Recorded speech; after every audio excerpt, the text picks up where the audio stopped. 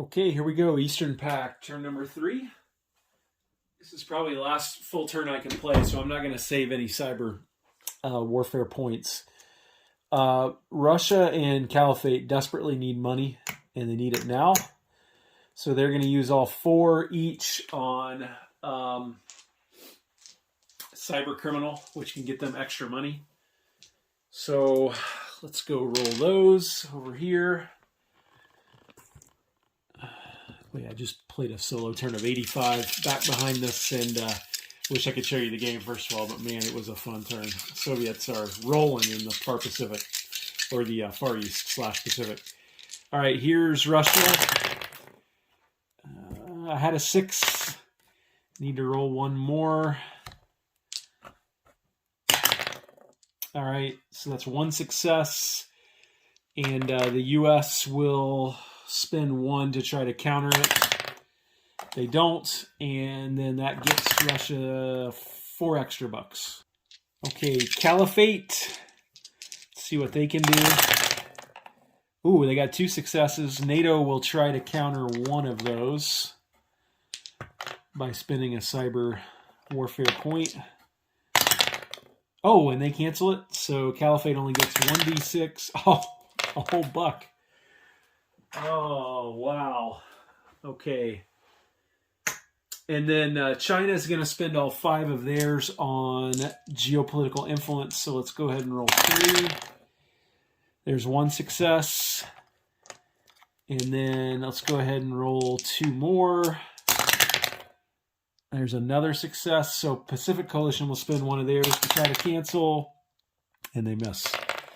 So that is 2 successes that China will be able to use on geopolitical influence, and they're going to go for Indonesia again.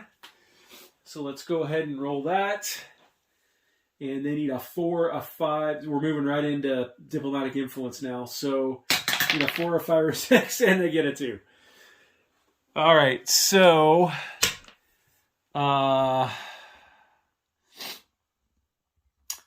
Russia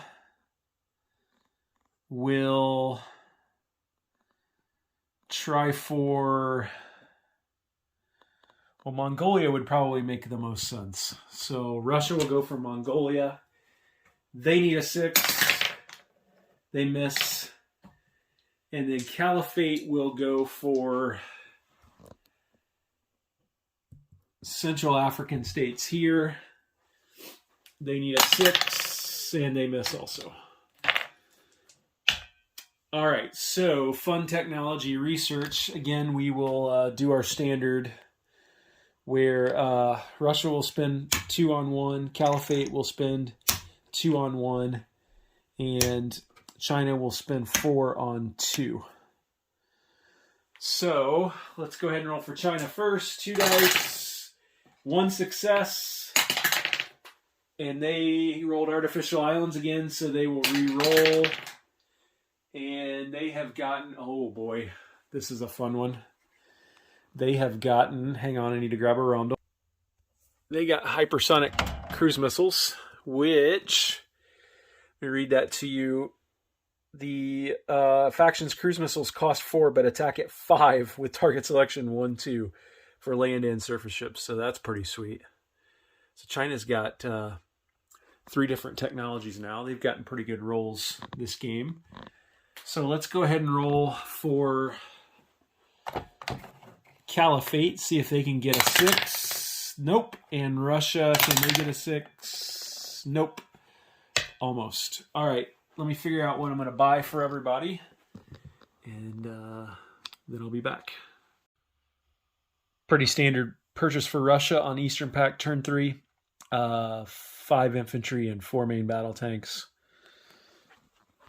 Caliphate went a little out of the box here. 2 infantry, an attack helicopter, and an MBT. And China going strong again here. Fighter, 3 airborne, and 4 infantry. So now we will move on to combat orders. Combat orders for Eastern Pact, turn number 3. First of all, we are going to use nukes. So we'll go down 1 victory point. And here's the thing. Pacific Coalition is raging here in Southern Asia. They took out Southeast Asia this turn. They got a lot of offensive firepower down here, a massive navy. I think Iran, Pakistan is under threat, including these IRBMs. And if Pacific Coalition ever manages to take out Iran, Pakistan, these just go away. So I think I'm going to use all three of these before I lose this territory long term. So I'm going to show you where I'm going to fire these. First of all, I'll replace these two chips here with these markers that you get in the box. These have a range of 4. I'm going to fire all 3 for general effect. Definitely going to fire one here into India. I'm going to fire another one. 1, 2, 3 into Central Europe. And I really want to fire the other one at Taiwan, but I'm thinking about firing it into India also. So let me think about that. Let's hit Taiwan. So we go 1, 2, 3, 4 into Taiwan there. All right, so those are my nuclear attacks for this turn. Okay, let's start up here in Europe. This airbase is firing a cruise missile in here to Balkan states, and then all these units are also going in like that. Caliphate is going to take 2 infantry from here.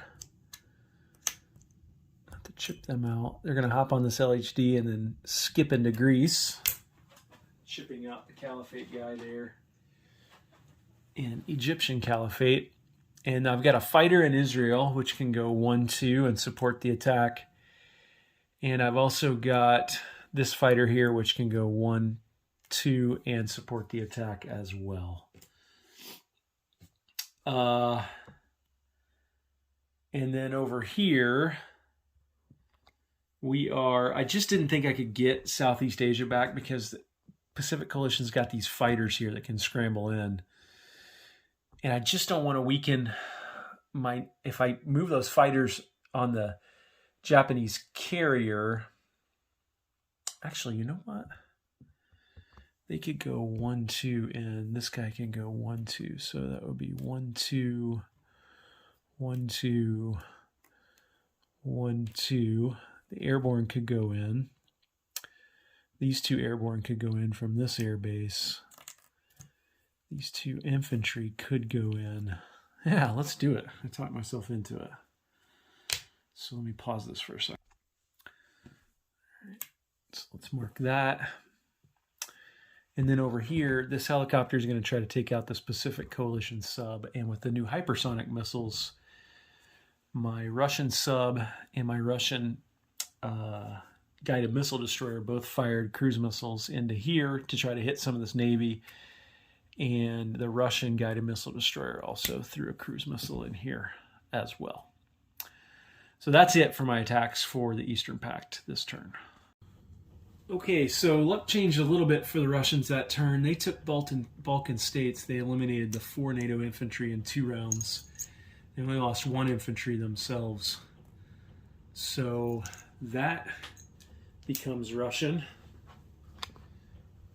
And that'll move Russia up 3 to 25 and NATO down 3 to 32. And then I will go ahead and resolve this battle, which I'm a little bit worried about for the Caliphate, and I'll let you know what happened. And as I feared, the Caliphate was able to take out both of these NATO infantry, but they in turn got 2 hits on the Caliphate in 2 rounds, and they will not be able to conquer this territory because they don't want to lose those fighters. Okay, I know you guys are waiting for the nukes, but I'm going to make you wait a little longer. Let's do these. So we've got 2 hypersonic missiles for the Chinese. They hit at 5. Oh, and that's a 12 and a 1, which a 1 is a target select. So I think I will take the LHD, or one of the LHDs, as one of those target selects.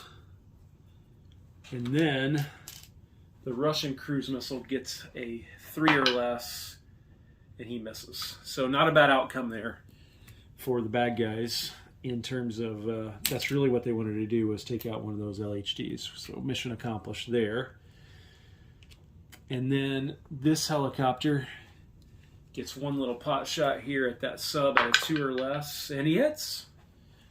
So another good result there for the ultimate battle in the South China Sea. And then I think that's it other than nukes. So let me stop and think about the nukes, and then we'll resolve them.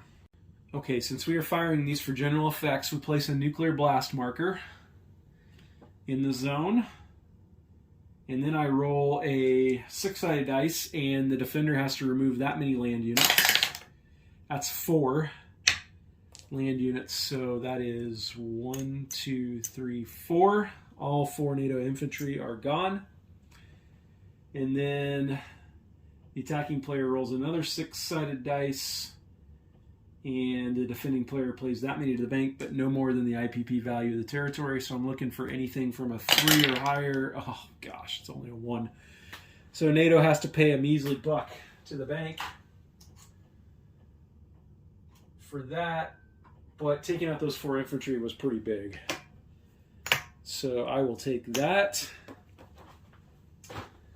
And if you're an ICBM or an SLBM, you get a plus up to those rolls for general effect. The IRBMs are not quite as powerful in terms of those attacks. Probably, you know, if this was the 80s, I'd say the Pershing 2s would be your IRBMs, maybe a little bit lower yield. Not exactly sure what they were thinking here, although I'm positive they had a good reason for it. So then let's go down here. And another general effect here, and I'll describe what general effect means here in a minute. If you watch my other videos, you probably already know. How many land units does India have to lose? Ouch, 6. So they'll lose 6 infantry. 1, 2, 3, 4, 5, 6. Like that. And then this has a value of 12, so they could lose only, the max they can lose on the die roll is 6, so let's see what they get. That's a 4. So Pacific Coalition has got to pay 4 to the bank, which I'm doing right now. And then last but not least is Taiwan. We will take that off. We will put the general effect marker down, and then over here is Taiwan. Right there, in fact. So quite a few land units there as well. So let's roll for the general effect in terms of unit kills. That's only 2. So they'll take the U.S. infantry and one of the Pacific Coalition infantry. And then that has an IPP value of 4, so they can lose up to $4, and they only lose 2. But again, that's Pacific Coalition losing another $2. So Pacific Coalition lost $6 total. NATO lost, I think a 4, 3 or 4, 2 maybe, I can't remember, but a bunch of units. And then I'll add a mushroom cloud there in the blow-up box just so we don't forget. So what is general effect, you might ask? Or what is the long-standing consequence of that? Well, according to the rules, on the turn that a nuclear blast marker is placed, and as long as it remains in the zone, no units may move into or out of the zone. Aircraft may still fly over. Any canal that crosses the zone cannot be used. The player who owns the territory removes the nuclear blast marker at the start of their end of turn phase. So that'll be at the start of the end of turn phase of Western Allies turn 3. And they can collect income and place units there. A player can still fire nuclear weapons, cruise, and ASBM out of a zone with a nuclear blast marker. So they can't move anything into or out of there on their next turn, but they will be able to remove that and place new units there next turn as well. And then you can't attack into a zone that has one of those either. That's why you can't combine those with traditional style attacks. And I realized I forgot to do the battle for Southeast Asia. And Pacific Coalition decided not to scramble in because they didn't know what they were going to be losing here. And they thought with only 2 lower value units here, they'd probably get into those fighters pretty quick in terms of casualties. So I'm going to roll that off screen and let you know what happened. Okay, I moved this drone down here. I forgot that China had long-range drones, so it could have gone 1, 2, and then it can move back and land on that carrier right there. And we did take it out without losing anything. So we've now got 3 airborne there. First of all, let's reclaim our property there. And then those guys will have to go back and land during strategic movement. But we do have 3 airborne, and now these can fire ASBMs again. Maybe even as soon as next turn if these guys don't move out. So 5 up for China. So they're up to 40, and Pacific Coalition is down to 32-27, like that. And I think that's it for combat. Okay, I think we're done with strategic movement for the Eastern Pact in turn number 3. Because this is here, these tanks can't move out, so I'm not worried about Baltic states or Ukraine, Belarus too much. So I consolidated a little bit up here in northern Russia because I do think NATO might be tempted to go up here next turn. So that's why I moved this sub back here, and I tried to bulk up a little bit up there. You can see here too, I know there's nuclear retaliation coming, so I wanted to spread out my forces a little bit here. I'm also a little bit worried about a potential amphibious assault from here up into the Caliphate. So I tried to bolster some of those defenses a little bit. Israel might need a little more in terms of place units. Also put that tank there to try to block any movement north over land. You can see here too, I airlifted and sea lifted Chinese infantry into Japan because I can only build 1 there, so I want to reinforce it as much as I can. And that was about how I left it in terms of everything. And so now I'll place units and let you know how that turns out. Unit placement for the Russians was pretty fun. I had 4 main battle tanks. I put 3 here in Ukraine, Belarus. And then I put 1 over there in Amur because I think the Americans are coming eventually and I want to stock up there. I saw Misha Kessler's game too, and the U.S. got into the Soviet Far East big time. So I'm trying to stop that with a little bit of investment over there. And then infantry-wise, I put 1 in Turkey. You can only build 1 unit in a captured territory. So I put 1 infantry in Turkey, 1 in Ukraine, Belarus, 1 in Baltic states, 1 in northern Russia, and then 1 up here in Siberia. Okay, so for Caliphate, what are we going to do with the Caliphate? They have a main battle tank, an attack helicopter, and 2 infantry. So I think I'll put the main battle tank in Israel. So that's going to go in the place units in the blow-up box. And then I've got an attack helicopter to place. I think I will put him in the Central Caliphate like that. And now I've got 2 infantry to place. So I think I will put 1 here in Somalia, and then I'll put another one in Eastern African states, like that. And now let's shift gears over to China. China's got a fighter, 3 airborne, and 4 infantry to place, so pretty strong purchase from China. So I noticed I didn't have Hainan Island defended, so 1 of my infantry is going to go there.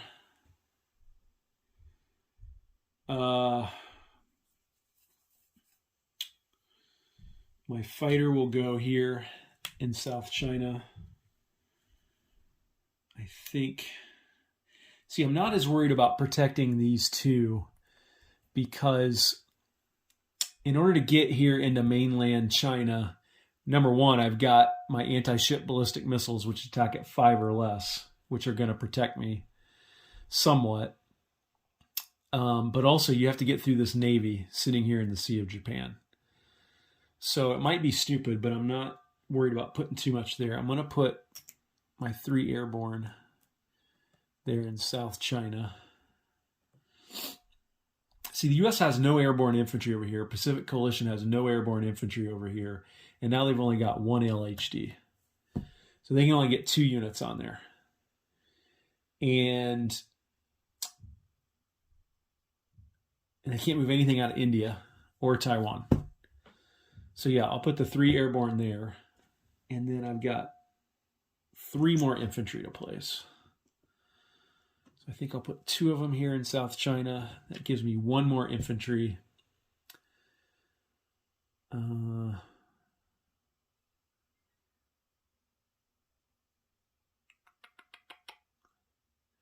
I guess I'll put it here. Like that. All right, now collect money. China gets $40. And Russia gets only 25, and the Caliphate gets only 17. So I'll collect that off screen, and I hope you guys enjoyed Eastern Pact turn number 3. Short addendum here. We entered the turn with both at 0. Eastern Pact lost 1 for nuke usage, but they took a victory star. So those flip like that. And despite nuking, Eastern Pact at least ends their part of turn number 3. Still ahead by 1 against the Western Allies, but the Western Allies will get to use up to 3 nukes on their turn 3 at no cost to them in terms of victory points. Take care.